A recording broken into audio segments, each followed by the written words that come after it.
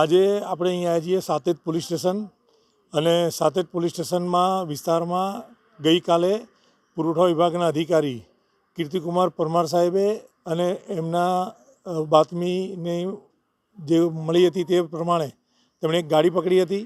તેની અંદર ઘઉં અને ચોખા વિપુલ માત્રામાં મળ્યા હતા. આ બોલેરો ગાડી ક્યારે અને કેવી રીતે પકડી, ચાલો જાણીએ આપણે પુરવઠાના અધિકારી પરમાર સાહેબ સાથે. પરમાર સાહેબ. મદદનીશ નિયામક enforcement Gandhinagar directorate food and civil supply કચેરીમાં ફરજ બજાવું છું.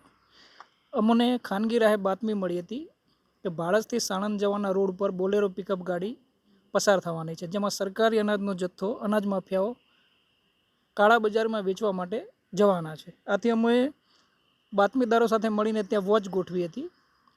પછી બોલેરો ગાડી GJ01 KT 8728 અમને ત્યાં પસાર થતી જોઈ એની પૂછપરછ કરી ડ્રાઈવરનું નામ અરુણકુમાર મિશ્રા. તો ડ્રાઈવર દ્વારા કોઈ બિલ રજૂ કરવામાં આવ્યું નહોતું. બિલ રજૂ કરવામાં નથી આવતું એનો મતલબ કે તમામ જથ્થો શંકાસ્પદ અને સરકારી જથ્થો છે. એમાં કેટલા ઘઉંના અને ચોખાના કટ્ટાઓ મળ્યા છે સાહેબ? ગાડીમાં ઘઉંના કટ્ટા નંગ 31 હતા અને ચોખાના કટ્ટા નંગ 45, કુલ 76 કટ્ટા. બરાબર. અને આ ડ્રાઈવર પાસેથી જે માલ મળ્યો તો માલ ડ્રાઈવરનો હતો કે કોઈ એનો માલિક છે બીજો? તો ડ્રાઈવર દ્વારા એવું જણાવ્યું કે એના શેઠ સની ગુપ્તા ઉર્ફે રાજકુમાર ગુપ્તા અને સચિન ગુપ્તા દ્વારા આ બધું વાજબી ભાવની દુકાનોમાંથી લાવવામાં આવતું હોય છે, ખાસ કરીને ચાંદોડિયા રાણીપ વિસ્તારની દુકાનોમાંથી. અને ત્યાં એમના ચાંદોડિયા ખાતેના ગોડાઉનમાં આ બધો માલ એકત્રિત કરતા હોય છે અને બોલેરોમાં ભરીને સાણંદની APMC માર્કેટમાં ગેરકાયદેસર રીતે વેચાણ કરતા હોય છે. હવે આના પછીની શું આપની કામગીરી થશે કે ભાઈ આ લોકોએ જે માલ ઉઘરાવે છે તો આ લોકોને આપવાવાળા પણ સરકારી દુકાનદારો જ હશે ને? હા, એમાં જે વાજબી ભાવની દુકાનો સંડોવાયેલી હશે એની વિસ્તૃત તપાસ થશે.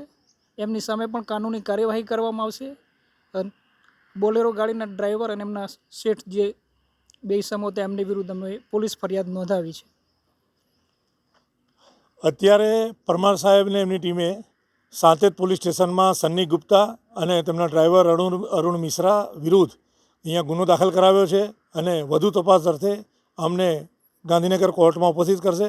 ત્યાં એમનો રિમાન્ડ મેળવી કેટલો માલ કઈ કઈ દુકાનથી આ લોકો ખરીદતા હતા તેની તપાસ થશે. કેટલી સંપત્તિ ભેગી કરી છે એની પણ તપાસ કરવામાં આવશે.